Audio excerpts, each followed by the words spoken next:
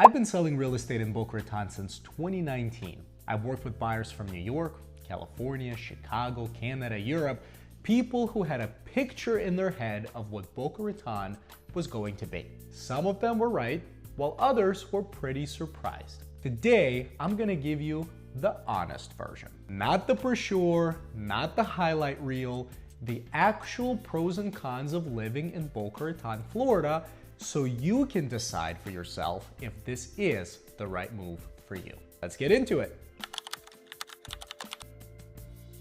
First, a quick framing.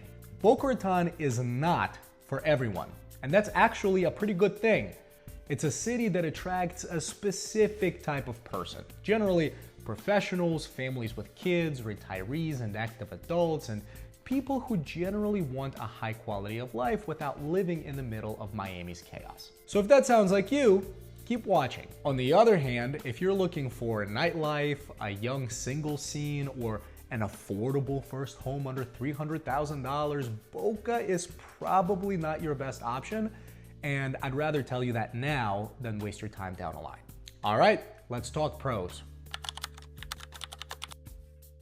Boca Raton sits almost perfectly between Miami and Palm Beach. You're about 45 to 50 minutes from downtown Miami, about 30-ish minutes from West Palm Beach, and Fort Lauderdale Hollywood International Airport is roughly 30 minutes south, with Palm Beach International Airport being about 20 minutes north. So you essentially get access to two major airports, two major cities, and everything in between without actually having to live in either one of them.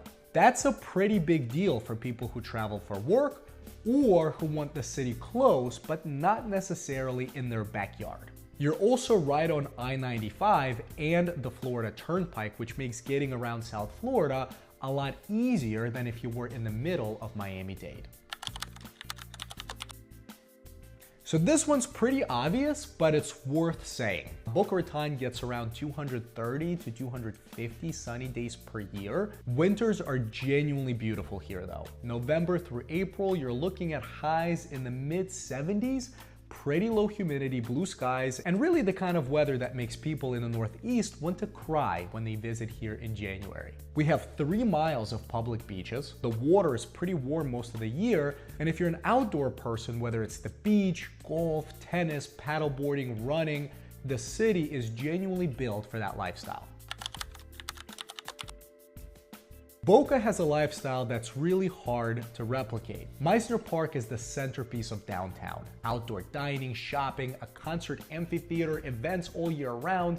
It's genuinely a beautiful space. The Town Center Mall is one of the best shopping centers in South Florida, and it's not just a mall, it's really kind of a social hub. The restaurant scene is pretty strong. You've got everything from casual beachside spots to upscale dining. The Boca Raton Resort and Club, of course, is one of the most iconic properties in Florida, is right in the middle of the city. And for golfers, Boca is a dream. There are more than 30 golf courses within a short drive. And the general pace of life here is more relaxed than Miami. It feels like a place where people actually stop and enjoy things, not just kind of rush through them. Now this one is big for families with kids. Palm Beach County schools are typically very strong overall, but Boca Raton specifically has some of the top-rated public schools in the country. Spanish River Community High School, Olympic Heights, West Boca Raton, all highly rated. And of course, there are strong private school options if that's the direction you're going. So if you have kids and schools are a priority in your decision making, Boca absolutely holds up on this front. Boca Raton has historically been one of the stronger appreciating markets in South Florida. It's desirable and very well maintained. Homes here tend to hold their value pretty well, and over time, well-located Boca properties have delivered pretty solid returns for buyers. Now, I'm not promising anything about the future, nobody can, but if you're looking at this as a long-term investment in addition to a place to live, Boca has a strong track record. Okay, that's the good stuff. Now let's talk about the things that sometimes catch people off guard. I'm just gonna come out and say this. Boca Raton is not cheap. The median single-family home price right now is in the low $1 million range. That number moves depending on the type of neighborhood and the type of property you're looking at. There's East Boca, which is closer to the beach and downtown. It starts significantly higher in many cases, and if you're looking at waterfront or intracoastal properties, you're well into multi-millions of dollars. Even West Boca, which is more suburban and family-oriented, has seen prices climb substantially over the last couple of years. And of course, beyond home prices themselves, the overall cost of living is above the national average. Dining out, groceries, services, it all costs more here than in most parts of the country. The good news though is Florida has no state income tax.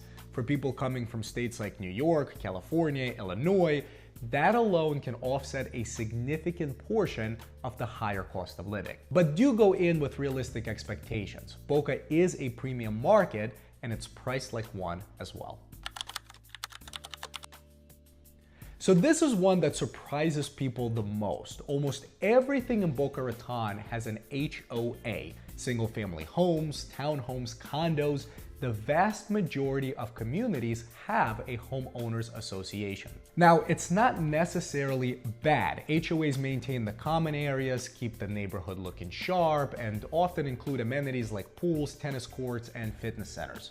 But HOA fees range from a couple $100s a month all the way to over $1,000 per month in some condo buildings. And the rules can be pretty strict. What color you can paint your front door, what kind of car you can park in the driveway, whether you can rent out the property, etc., etc. So please, before you fall in love with a home in Boca, you need to read the HOA documents. I walk every one of my buyers through this. It is not an optional exercise.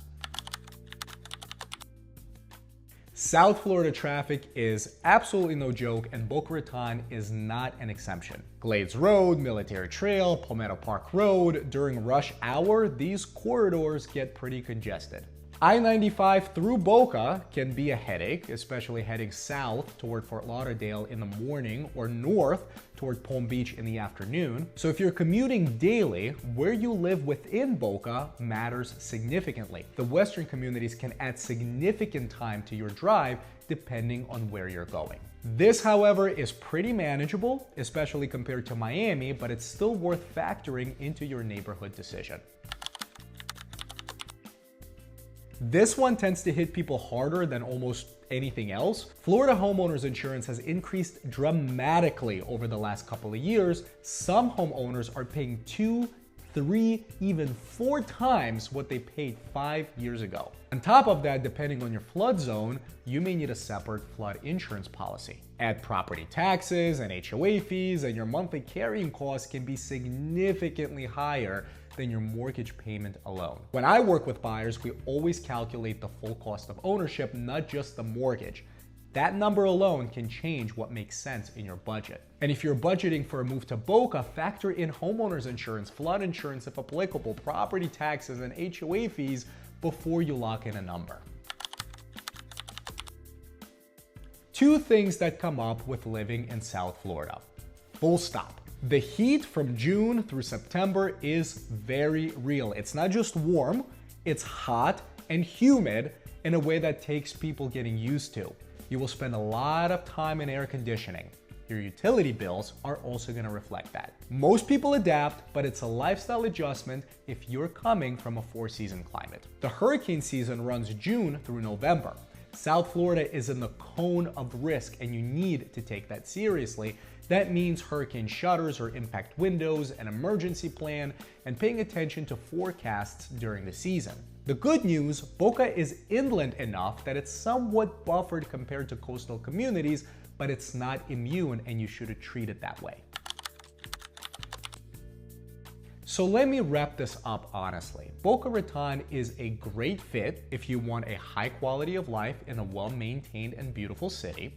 have a budget of roughly about $700,000 or more for a home, value safety, good schools, and outdoor lifestyle, are pretty okay with HOA living, are retiring, relocating for work, or raising a family, want access to both Miami and Palm Beach without living in either, and Boca Raton is probably not the right fit for you if you're looking for an affordable entry-level home, want an urban, walkable, nightlife-heavy environment, are not prepared for high carrying costs such as insurance, taxes, HOA, want flexibility to rent out your property short-term, as many HOAs restrict this, prefer a more casual, laid-back vibe over a polished community feel, and neither list is a judgment, it's just honesty, and I'd rather help you find the right place than help you buy the wrong one.